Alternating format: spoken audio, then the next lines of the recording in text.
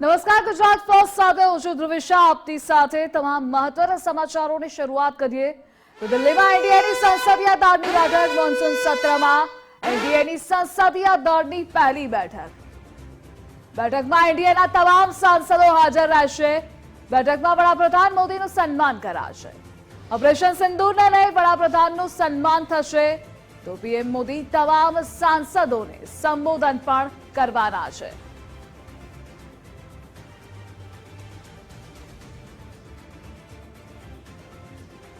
અને આ મુદ્દે સંવાદદાતા દેવનાથ જોડાયેલા છે। દેવનાથ, દિલ્હીમાં એનડીએની સંસદીય દળની આજે મહત્વની બેઠક।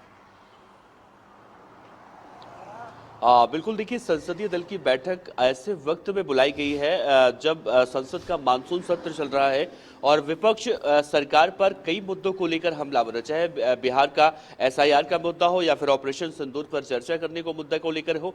लेकिन जो अभी आधे घंटे बाद जो बैठक शुरू होगी संसद भवन में, उस बैठक को लेकर कहा जा रहा है कि उपराष्ट्रपति के नामांकन से ऐन पहले ये बैठक बुलाई गई है और अचानक इस बैठक को बुलाने का उद्देश्य भी अलग अलग देखा जा रहा है। तो सबसे पहले उपराष्ट्रपति को लेकर ही चर्चा की जा रही है कि नामांकन से पहले एनडीए अपने सभी सांसदों को बुलाकर उन्हें उपराष्ट्रपति का उम्मीदवार कौन होगा, इसके लिए जो आपसी सामंजस्य बनाने की बात होती है उसके लिए बैठक बुलाई गई है। लेकिन इसमें कई और सारे मुद्दे हैं, क्योंकि इस बार मानसून सत्र के शुरू होने के बाद ऐसे वक्त में ये बैठक बुलाई गई है, या फिर कह सकते हैं कि पहली बैठक एनडीए के सभी सांसदों की बुलाई गई है, जो कहीं ना कहीं बहुत ज़्यादा अहम देखा जा रहा है।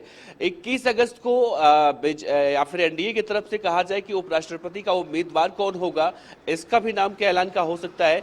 दूसरा, अगर विपक्ष की तरफ से कोई उपराष्ट्रपति के लिए उम्मीदवारी किसी की उतारी जाती है या कोई नाम सुझाया जाता है तो शायद हो सकता है थोड़ी सी मशक्कत एनडीए के लिए और हो जाए। लेकिन अभी अगर देखा जाए राज्यसभा और लोकसभा दोनों में 782 के आसपास जो सांसद हैं, तो इनका पूर्ण बहुमत होना है किसी एक घटक दल के लिए।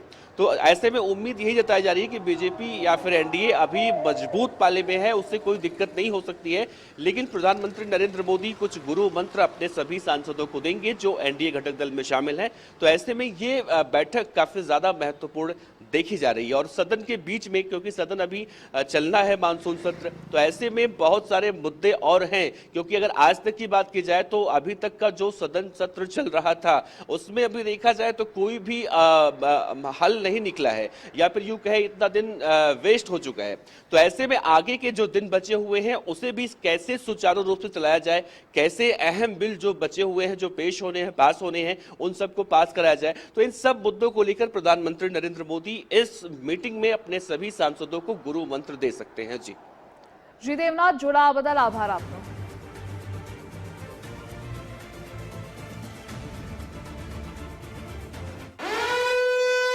तो कलम 370 रદ થવાની વર્ષગાંઠ પર મોટો નિર્ણય લેવાઈ શકે છે। જમ્મુ કાશ્મીરને વિશેષ દરજ્જો આપી શકે છે કેન્દ્ર સરકાર।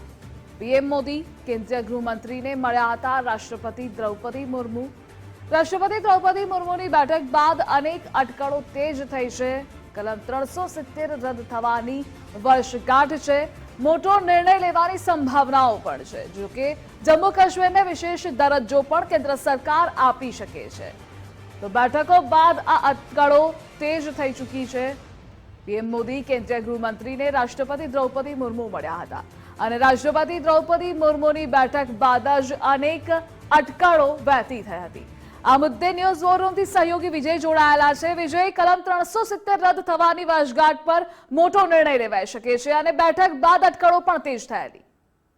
5 ऑगस्ट एटले देशनी राजनीतिमां आनी साथे साथे संवैधानिक दृष्टिए राजनीतिक दृष्टिए घणी महत्वनी मानवामां आवे छे अने लोकोने एटले ज घणी उत्सुकता छे कि आ 5 ऑगस्टे शुं थशे। कारण के 5 ऑगस्टना 2 दिवस पूर्वे ज रविवारना दिवसे एक तो संसद सत्र ज्यारे चाली रह्युं छे તે દરમિયાન અચાનક વડાપ્રધાનની રાષ્ટ્રપતિ સાથેની મુલાકાત અને ત્યારબાદ ગૃહમંત્રીની રાષ્ટ્રપતિ સાથેની મુલાકાત।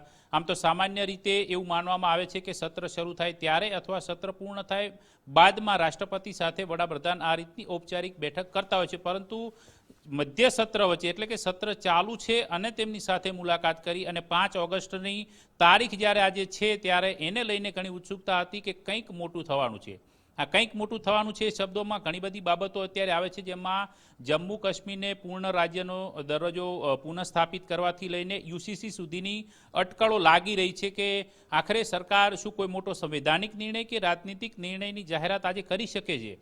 જમ્મુ કાશ્મીરને લઈને જે અટકળો ચાલે છે તેમાં પણ ઘણા બધા પાસા છે. જો કે સીએમ ઓમર અબ્દુલ્લાએ ટ્વીટ કરીને એવું કહ્યું છે કે પૂર્ણ રાજ્યના દરજ્જા અંગે મને તો કંઈ નથી લાગતું, પરંતુ કંઈ હકારાત્મક કંઈક સકારાત્મક પણ નહીં થાય એવી પરિસ્થિતિ અત્યારે છે એવું તેમને નિવેદન આપ્યું છે. પરંતુ ઉલ્લેખનીય બાબત એ છે કે જ્યારે રાષ્ટ્રપતિ સાથે પીએમ મોદીની મુલાકાત થઈ હતી એના એક દિવસ પૂર્વે પીએમના ગૃહ રાજ્યમાં મુખ્યમંત્રી ઓમર અબ્દુલ્લા આવ્યા હતા અને તેમણે પર્યટનને લઈને ઘણી બધી ચર્ચાઓ કરી હતી કે કાશ્મીરની અંદર પણ પર્યટન ફરીથી ખુલે. તો એ પરિસ્થિતિની અંદર જમ્મુ કાશ્મીરને પૂર્ણ રાજ્યનો દરજ્જો ફરીથી પુનઃસ્થાપિત થઈ શકે છે. અગાઉ સરકાર કહી ચૂકી છે કે વિધાનસભાની ચૂંટણીઓ યોજાયા બાદ યોગ્ય સમયે આ અંગે નિર્ણય કરાશે, પરંતુ યોગ્ય સમય કદાચ 5 ઓગસ્ટ જ છે, કારણ કે આ ઐતિહાસિક દિવસ છે, ઐતિહાસિક તારીખ પણ છે. કારણ કે 5 ઓગસ્ટ 19ના રોજ પણ જે પ્રકારે વિશેષ દરજ્જો આપતી કલમ 370 હટાવ્યા બાદ એ ફરીથી આજે જ્યારે એની વર્ષગાંઠ છે એ નિમિત્તે આ એક ઐતિહાસિક નિર્ણય કરીને સરકાર કંઈક નવું પ્રસ્થાપિત કરવા માંગે છે. કારણ કે જે પહેલગામ હુમલા બાદથી એક પરિસ્થિતિ સર્જાઈ કે કાશ્મીરની અંદર ફરીથી શાંતિ સ્થપાય અને કાશ્મીરની અંદર સંપૂર્ણપણે સ્વતંત્ર રાજ્યની રીતે એ કામ કરે એ માટે કેન્દ્ર સરકાર તૈયાર છે, હકારાત્મક છે, એ પ્રકારનો સંદેશો પણ જાય અને લોકો જે એક પહેલગામ હુમલા બાદથી જે એક વૈચારિક દ્રષ્ટિએ જે બદલાવ આવ્યો કે કાશ્મીરમાં હજી સુરક્ષા છે કે કેમ, તો એ તરફના પગલા સંદર્ભે આ એક મોટો નિર્ણય કરી શકે છે. યુસીસીને લઈને પણ ચર્ચા એટલા માટે છે કારણ કે ઉત્તરાખંડની અંદર યુસીસી માટેનું એલાન થઈ ચૂકેલું છે, આસામમાં તેની પ્રોસેસ ચાલે છે, ગુજરાતમાં પણ યુસીસી કમિટીની રચના થઈ ચૂકેલી છે, એની બેઠકો પણ યોજાઈ રહી છે. એટલે ગુજરાત સહિત એટલે એનડીએ શાસિત અને ભાજપ શાસિત જે રાજ્યો છે ત્યાં યુસીસી સંદર્ભે જે ચર્ચાઓ ચાલી રહી છે એ ચર્ચાઓ હવે સમગ્ર દેશની અંદર શું કેન્દ્ર સરકાર આગામી સમયના પગલાના ભાગરૂપે લાગુ કરવા માંગે છે એ સંવૈધાનિક નિર્ણય છે એ પણ લેવાઈ શકે છે એવી અટકળો ચાલી રહી છે. જો કે જમ્મુ કાશ્મીર પર વધારે ફોકસ એટલા માટે કરવામાં આવી રહ્યું છે કારણ કે કાશ્મીરના એક સ્થાનિક નેતા છે ઇમરાન રઝા કે તેઓ ગૃહમંત્રીને મળ્યા હતા, તેમણે ત્યાંના સ્થાનિક પ્રશ્નોને લઈને માંગ કરી હતી. જો કે પૂર્ણ રાજ્યનો દરજ્જો પુનઃસ્થાપિત થાય તે પ્રકારની અટકળો વધારે ચાલી રહી, પરંતુ જોવાનું એ રહેશે કે આખરે આજે 5 ઓગસ્ટ એટલે કંઈક મોટું થવાનું છે, પણ શું મોટું થાય છે એ સાંજ સુધીની અંદર લગભગ સ્પષ્ટ થઈ જશે. ઘણા બધા બીજા મહત્વના મુદ્દાઓ પણ આની સાથે સંકળાયેલા છે, પરંતુ એ જો અને તોની સ્થિતિમાં છે, એટલે તર્ક આધારિત વાત કરવી એ એટલી બધી યોગ્ય ન માનવામાં આવે. પરંતુ આ મુખ્ય મુદ્દા જે બે છે જે ઐતિહાસિક તારીખના ભાગરૂપે માનવામાં આવે છે, જેમાં જમ્મુ કાશ્મીર અને બીજું છે યુસીસી, તો આ બે પૈકીનો કોઈ મુદ્દો હોઈ શકે છે. અન્યથા સંભવત આપણે જાણીએ પણ છીએ કે ભારતીય જનતા પાર્ટી અને ખાસ કરીને પીએમ મોદી અને અમિત શાહ કોઈ એવો મુદ્દો લઈને આવે છે કે જેની ચર્ચા લગભગ ન થતી હોય.